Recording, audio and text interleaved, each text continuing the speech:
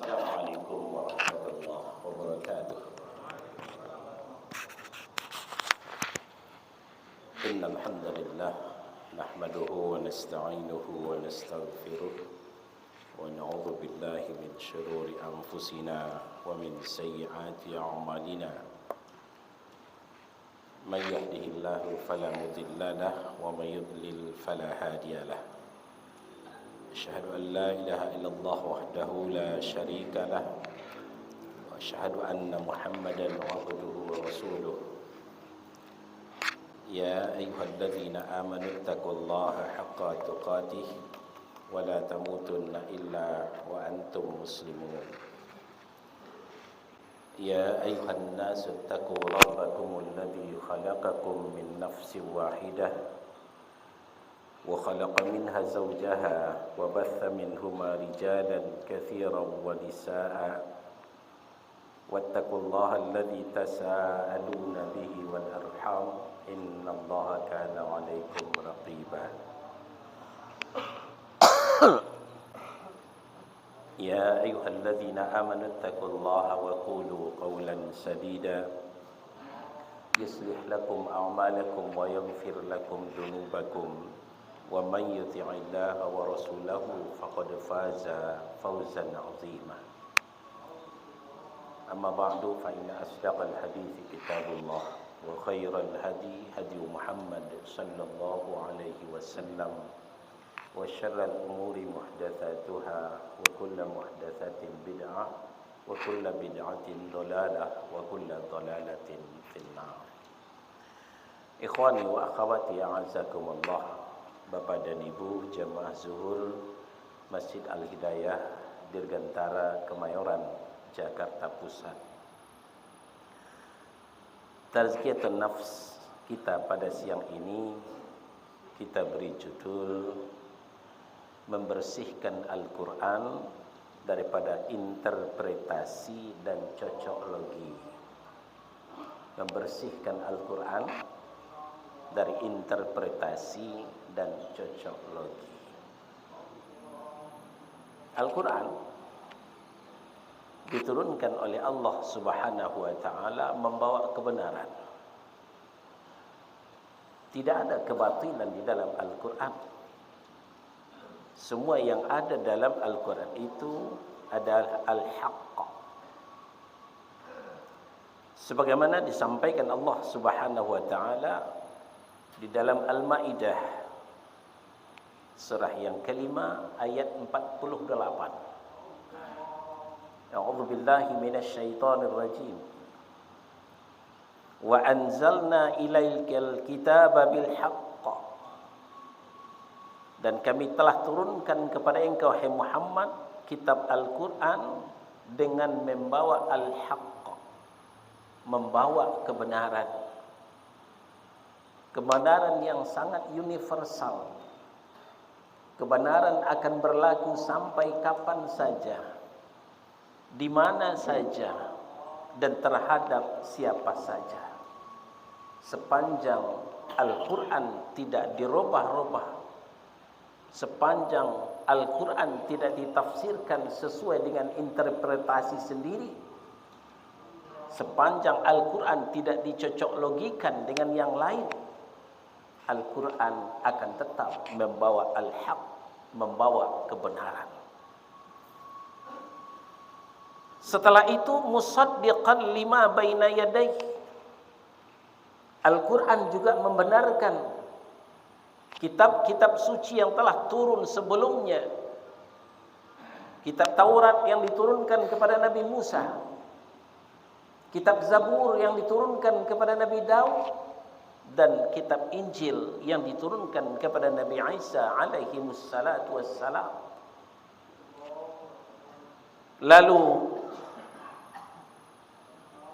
wa muhaiminan alaih, sekaligus Al-Quran itu merupakan batu ujian terhadap kitab-kitab sebelumnya itu, menjaganya daripada kepalsuan, karena memang sudah menjadi rahasia umum.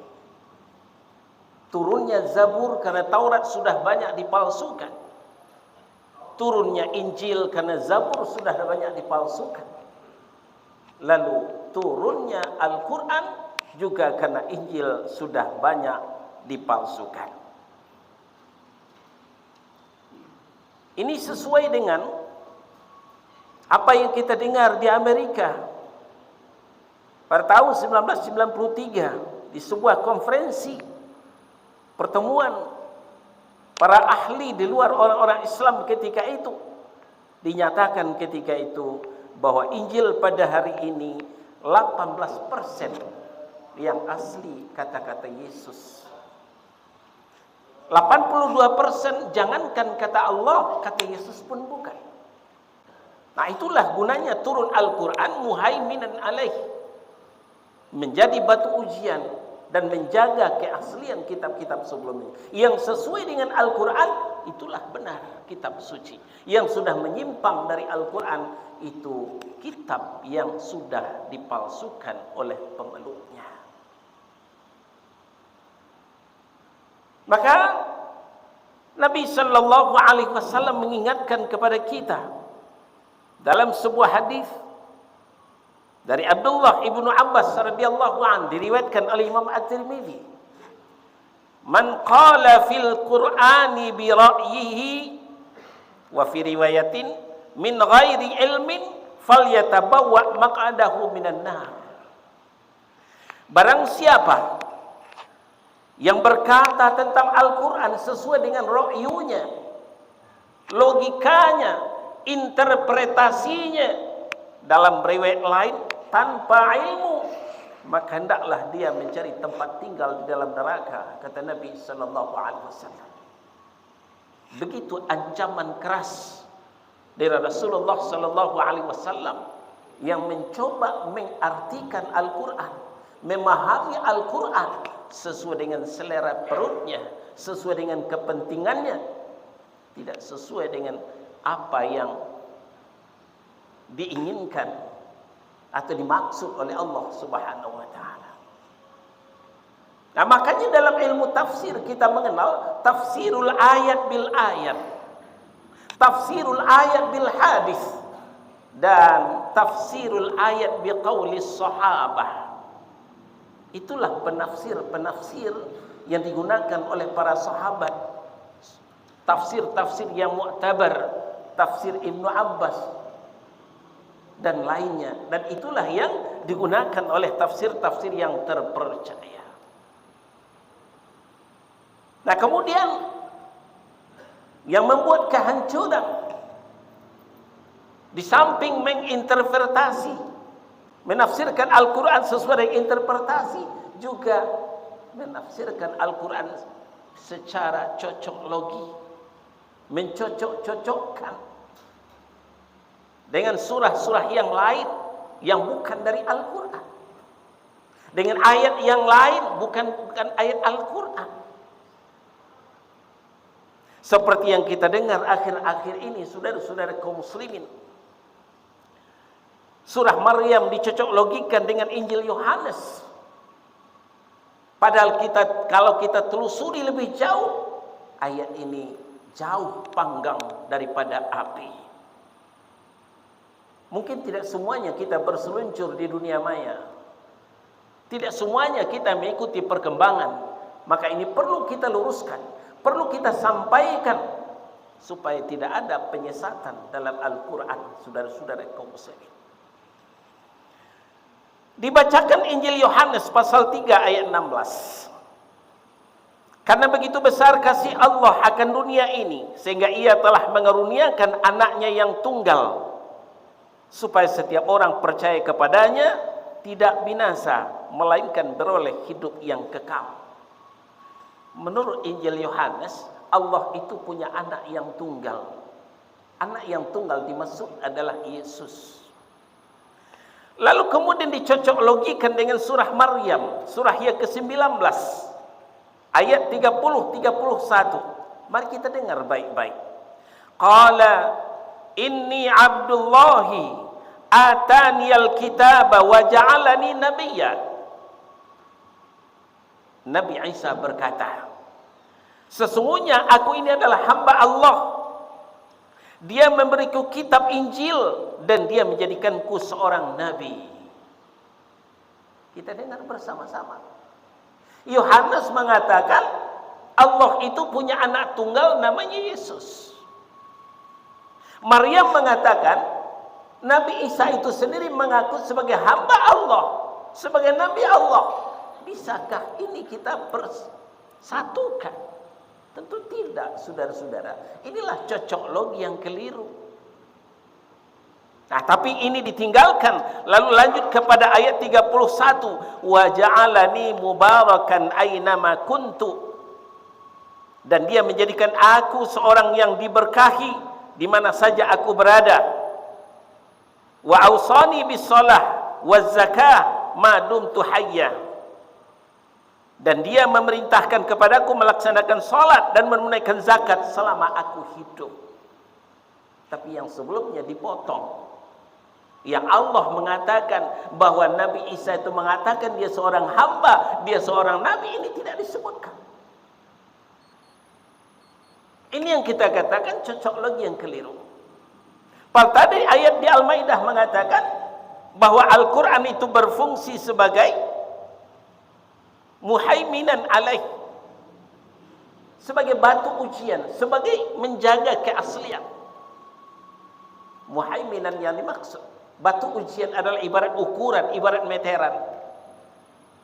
Ketika kita mengukur sepotong kayu, bagaimana kita ingin kayu itu sekian meter, lalu setelah kita ukur ternyata tidak sama. Tentu bukan meteran yang kita potong kanan, potong kiri, lalu kita cocokkan dengan kayu, bukan demikian. Kayulah yang harus kita potong supaya sesuai dengan meteran. Inilah kekeliruan cocok logi yang dimaksud saudara-saudara kaum muslimin. Nah, maka tazkiyatun nafs pada hari ini sengaja kita angkat judulnya membersihkan Al-Quran dari interpretasi. Maksudnya penafsiran sesuai dengan selera sendiri, penafsiran sesuai dengan hawa nafsu, dan pembersihan daripada cocok logi, daripada mencocok-cocokkan, memaksakan supaya cocok. Dan kalau sportif, kalau mau ada sebenarnya yang mau dicocokkan, dan insya Allah mirip, mari kita lihat. Ketika dalam surah Al-Maidah, surah yang kelima, ayat 72, Allah berfirman, Laqad kafara alladhina qalu innallaha huwal masih ibnu Maryam. Ini Allah memvonis orang yang coba-coba mengatakan Allah punya anak. Sungguh telah kafir orang yang mengatakan bahwa Allah itu adalah Al-Masih putra Maryam. Kenapa? Wa qala al-Masih ya bani Israil a'budullaha rabbi wa rabbakum. Karena Al-Masih berkata, "Hai bani Israel, sembahlah Allah. Beribadahlah kepada Allah saja, Tuhanku dan Tuhanmu." Al-Masih tidak mengajarkan trinitas. Al-Masih mengajarkan tauhid. Nah, kalau mau dicocokkan, mari kita lihat Injil Markus pasal 12 ayat 28 dan 29. Silahkan nilai sendiri. Ayat 28, lalu seorang ahli Taurat yang mendengar Yesus dan orang-orang Saduki bersoal jawab, tahu bahwa Yesus memberi jawab yang tepat kepada orang-orang itu, datang kepadanya dan bertanya, hukum manakah yang paling utama? Ayat 29, jawab Yesus, hukum yang terutama ialah, dengarlah hai orang-orang Israel, Tuhan Allah kita, Tuhan itu Esa. Kalau memang mau mencocok logi, kenapa bukan ayat ini diangkat? Sama-sama mengesakan Allah, sama-sama membawa tauhid dan tidak mengajarkan trinitas. Al-Maidah 72, Al-Masih mengajarkan tauhid bukan trinitas. Injil Markus pasal 12 juga mengatakan bahwa Yesus mengajarkan tauhid bukan trinitas. Yang sangat kita sayangkan bukan ini yang dijadikan cocok logi, tapi yang jauh bertolak belakang yang dijadikan cocok logi. Bapak dan Ibu kaum muslimin yang dimuliakan Allah, mungkin sebagian kita belum faham, belum mengerti apa dampak sesungguhnya ketika ada orang mengatakan bahwa Allah itu punya anak. Seperti yang didengung-dengungkan dalam Injil Yohanes tadi, Allah punya anak tunggal. Mengakhiri pembahasan ini, kita angkat Maryam surah yang ke-19 ayat 88 sampai 92. Wa qalu takhadzar rahman walada. Mereka mengatakan Allah yang Rahman itu mempunyai anak. Mereka yang dimaksud adalah ahlul kitab. Yahudi mengatakan Uzair anak Allah, padahal Uzair tidak lebih dari seorang hamba dan nabi Allah. Nasrani mengatakan Al-Masih anak Allah, padahal Al-Masih tidak lebih daripada seorang nabi, seorang hamba dan rasul Allah. Lalu bagaimana tanggapan Allah terhadap persoalan ini? Ayat 89, laqad ji'tum syai'an idda. Sungguh kalian telah mendatangkan suatu hal yang sangat mungkar, kata Allah Subhanahu wa taala. Saudara-saudara, ketika ada yang berjudi di samping rumah kita, kita risih. Itu satu kemungkaran. Ketika ada yang mabuk sebelah rumah kita, kita mulai tidak nyaman. Itu satu kemungkaran. Tapi ketika ada orang mengatakan Allah itu mempunyai anak, bagi kita enggak masalah. Kita tidak risih, kita nyaman-nyaman saja. Padahal itu sangat mungkar, kata Allah Subhanahu wa taala. Sehingga apa yang terjadi? Ayat 90, takadus samawati yatafattarna min. Hampir saja langit pecah. Wa tansyaqul ar, hampir saja langit bumi terbelah. Wa takhirul jibalu hadda, hampir saja gunung-gunung runtuh. Kenapa? Anda'au lirrahmani walada, karena mereka telah berani lancang dan langsung mendakwa Allah yang Rahman mempunyai anak. Padahal wa ma yanbaghi lirrahmani an yattakhidha walada, tidaklah pantas Allah yang Rahman itu mempunyai anak. Ini sanggahan Allah terhadap ucapan bahwa Allah itu mempunyai anak. Mungkin sering kita bertanya, kenapa di tanahku terjadi bencana? Apakah Allah mulai bosan dengan kita yang selalu salah dan bangga dengan dosa-dosa? Atau Allah mulai enggan bersahabat dengan kita? Tidak usah lagi tanya ke rumput yang bergoyang, tapi tanyalah ke Maryam 88. Di sini dijawab tuntas, saudara-saudara. Ucapan Allah punya anaklah yang membuat langit hampir pecah. Langit akan runtuh, bumi akan terbelah, dan gunung akan runtuh. Dan sesuai dengan analisa ilmiah, kenapa terjadi gempa bumi? Karena terjadi lempengan-lempengan bumi. Ternyata bumi menggeliat, tidak ridho mendengarkan Allah itu mempunyai anak. Nah, sekarang dicoba lagi menyatukan, mencocoklogikan antara tauhid dengan syirik. Dan inilah tahapan-tahapan untuk sampainya kita kepada nawaqidus syahadatain, pembatal kedua kalimah syahadat. Sudah ngiler, sudah tertarik dengan petunjuk-petunjuk yang lain, melupakan petunjuk kita sendiri. Pada Rasulullah sallallahu alaihi wasallam sudah berkata, fa inna asdaqal hadithi kitabullah. Sebenar-benar perkataan adalah kitabullah Al-Quran. Wa khairal hadi hadi Muhammad sallallahu alaihi wasallam. Sebaik-baik petunjuk adalah petunjuk Nabi Muhammad sallallahu alaihi wasallam. Sekali waktu Rasulullah sallallahu alaihi wasallam melihat mertuanya menenteng kitab Injil, lembaran-lembaran daripada kitab-kitab Injil. Langsung ditegur oleh Rasulullah sallallahu alaihi wasallam, "Wahai Ibnul Khattab, apakah kau belum cukup dengan Al-Quran? Kenapa kau masih membawa Injil?" Ini menunjukkan saudara-saudara kaum muslimin, kita disuruh mencukupkan Al-Quran dan tidak boleh ditafsirkan dengan kitab-kitab yang lain. Di samping tidak boleh difahami dengan interpretasi kita sendiri. Karena sedang dangkallah interpretasi kita, logika kita dengan keluasan Al-Quran itu sendiri.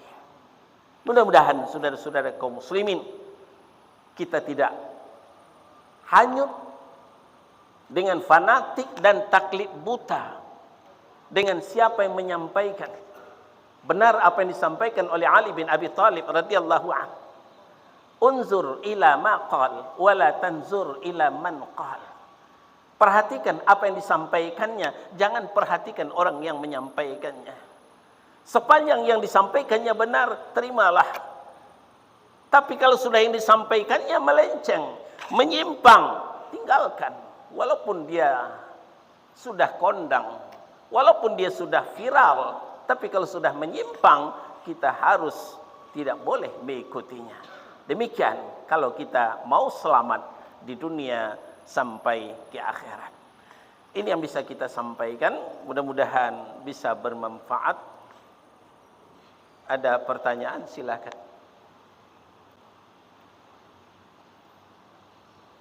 Ya, kalau tidak ada kita akhiri. Subhanakallahumma wa bihamdika asyhadu an la ilaha illa anta astaghfiruka wa atubu ilaik. Wassallallahu ala nabiyyina Muhammadin wa ala alihi wa sahbihi wasallam. Barakallahu li wa lakum. Wassalamu alaikum warahmatullahi wabarakatuh.